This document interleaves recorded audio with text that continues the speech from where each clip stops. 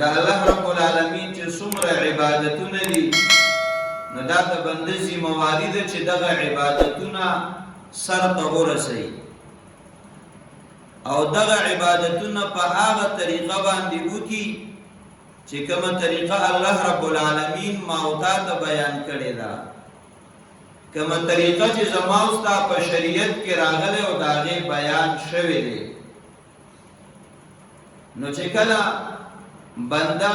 د الله رب العالمین بندگی کوي، عبادت کوي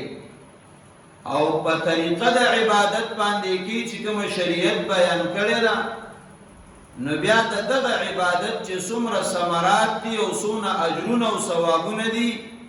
نو هغه اجرونه او ثوابونه به دغه بنده ته میلاویږي، ځکه د عبادت په طریقه باندې کړی دی.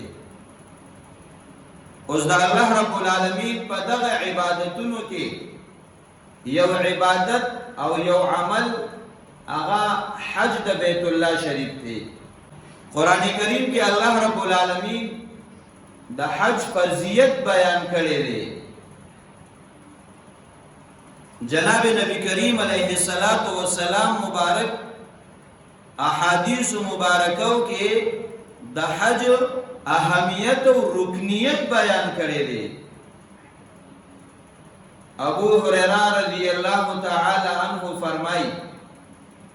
خطبنا رسول الله صلی الله علیه وسلم، وی نبی کریم علیه السلام مبارک مونږ ته خطبه ویلا. جناب نبی کریم علیه السلام مبارک تقریر کو او فرمای حضور علیہ السلام مبارک فرمائے یا ایها الناس قد فرض علیکم الحج فحجوا، اے خلقو یقینا پتاسو باندې حج فرض کړی شوی دی، نو تاسو حج کوئ.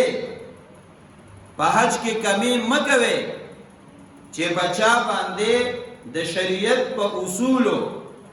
د حج فرضیت رالی، نو بیا د حج په ادایګۍ کې د کمی نه کوي، ځکه د هغې متعلق نبی کریم علیه السلام مبارک وعید بیان کړی دی. ابو هریره رضی الله تعالی عنہ فرمای وی چې کله حضور علیه السلام مبارک د حج فرضیت بیان کو، نو یو کس په دغه حاضرینو کې چې د هغه نوم اقرأ ابن حابس و، هغه وی اکل عام دا الله پیغمبر حج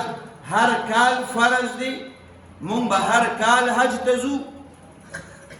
دلته دا مسله یاد ساتئ، حج د بیت الله شریف کول دا په مومن بنده باندې په تمامه زندگی کې یو پیر ادا کول فرض دی، چې کله یو پیر دغه فرض حج تا ادا کو، باقی کې ته بیا حج لذي هغه حج بستان نفل حج حسابيږي، تا ته به د نفل ثواب میلاویږي. ابو هریره رضی الله تعالی عنہ فرمای وی جناب نبی کریم علیه السلام مبارک سکوت اختیار کړو، خاموشو، حتی قالها ثلاثا، دغه کلمات دغه اقرأ ابن حابس درې پیری وی اکل عام اکل عام اکل عام، دا الله پیغمبر هر کال، دا الله پیغمبر هر کال، دا الله پیغمبر هر کال.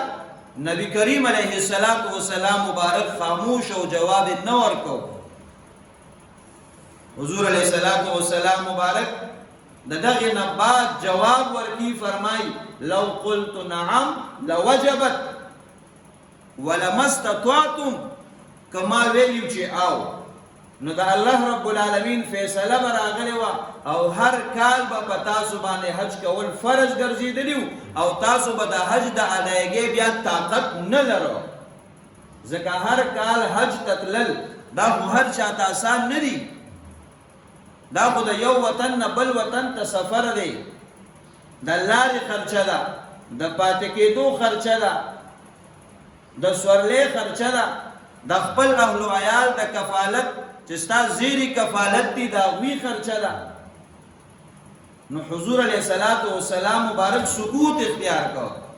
ځکه جواب په او سره ورنکو، کنی د الله رب العالمین له جانبه به فیصله راغلی و چې هر کال در باندې فرض دی، بیا به مشکلاتو نو ابو هريره رضی الله عنه فرمای چې حضور علیه الصلاۃ والسلام مبارک د حج فرضیت مونږ ته بیان کړی دی.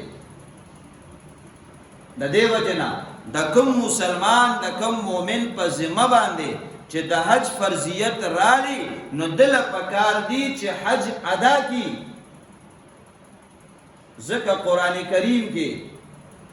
الله رب العالمین په دغه څلورمه سپاره کې ولله علی الناس حج البيت من استطاع الیه سبیلا دغه آیت مبارکه کې چې د حج فرضیت بیان کو چې څوک استطاعت لري نو د باندې حج د بیت الله شریف کول فرض دي. خو چې کم سره د طاقت حج ته نزي داغه متعلق الله فرمایي ومن کفر چې کم سره کفر کوي.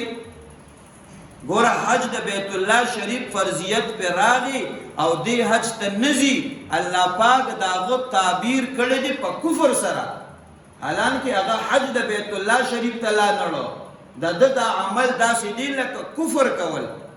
نو الله فرمایي ومن کفر څوک چې کفر کوي څوک چې انکار کوي حج د بیت الله شریف ته نتلل سره د فرضیته دا داسې وګڼه چې بنده کفر ته ځي. الله فرمای فإن الله غنی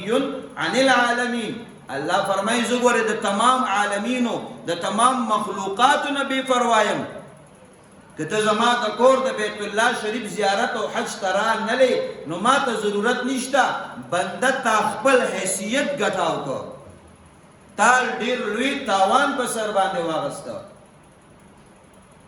نو حج د بیت الله شریف چې پچا باندې فرضیت ثابت شو نو دل پکار دی چې حج د بیت الله شریف او کی کلی په خپل ایمان باندې دی کویږي.